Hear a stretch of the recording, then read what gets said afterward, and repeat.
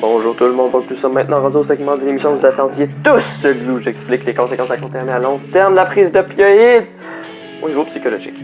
Donc ça commence avec les étourdissements qui peuvent bien évidemment être créés par le fait que vous avez une dépression cardiaque, donc une chute de pression, vous avez des petites étoiles dans les yeux, vous avez été étourdi, c'est dommage, mais ça peut aussi être créé, comme pour la confusion d'ailleurs, par le fait que vous avez trop d'accidents en même temps dans votre petit cabochon. Et ça, c'est très dommage, c'est très plate à vivre, la confusion, vous n'avez pas discerné le vrai du faux, vous êtes un peu perdu, mais comme l'étourdissement, c'est pas très grave, c'est à court terme, ça va pas vous faire de mal, mais c'est plate à vivre, tout simplement. Si vous voulez prendre des opioïdes, il faut probablement passer par là. Ensuite de ça, pour que je vous montre comment ça fonctionne, justement, les addictions, les types d'addictions, il faut que je vous explique comment fonctionne le cerveau. Donc, vous avez récepteurs sérotoniniens et dopaminiens. Sérotoninien, la récompense, dopaminiens, le bonheur. Sérotoninien, vous pouvez l'activer, mettons, c'est quand vous mangez, vous buvez. Si vous aviez soif ou faim, ça va vraiment vous faire du bien. Hein. Ça, c'est parce que c'est vital pour vous.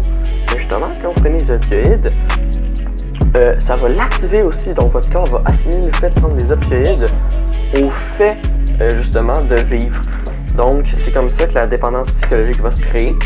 Vous avez pensé que vous en avez besoin pour vivre. Et justement, dépendance physique, ça, c'est la tolérance qui augmente par le fait que le cerveau, justement, il veut pas mourir. Hein? Donc, en fait, il va créer d'autres récepteurs un peu partout dans votre petite tête pour que les effets soient moins gros, puisque toutes les molécules vont être dispersées à droite puis à gauche, à place de juste être à un endroit. C'est vraiment pour prouver à quel point c'est toxique, les opioïdes, il faut pas en prendre. Et ça va augmenter justement votre tolérance. Vous allez en prendre plus pour avoir un autre effet. C'est ainsi que ça se renforce. Hein? Psychologique se renforce parce que vous en prenez plus, vous en voulez plus. C'est normal. Et ça, justement, physique, c'est plus des aspects en fait. Là. C'est pas trop long à se défaire. Quand quelqu'un arrête d'en prendre, ça descend au bout de 2 semaines.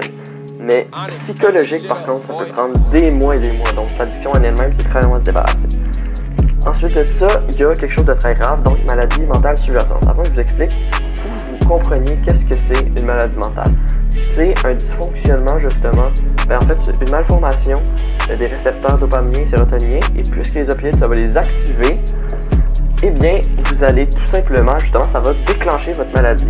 Et c'est comme ça que quelqu'un peut partir, justement, quelqu'un qui aurait une malformation, qui serait né comme ça, partirait, justement, d'une vie bien normale, il prendrait des opioïdes, puis il deviendrait barjot. Hein? Ça, c'est tout simple, comme ça. Il devient barjot. Ouf. Et ça, c'est assez dommage, je vous le cache pas.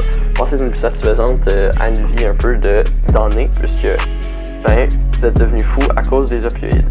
Mais ça se traite justement des psychoses, faut le savoir aussi. Mais justement, c'est justement des raisons pourquoi il faut juste pas prendre le risque.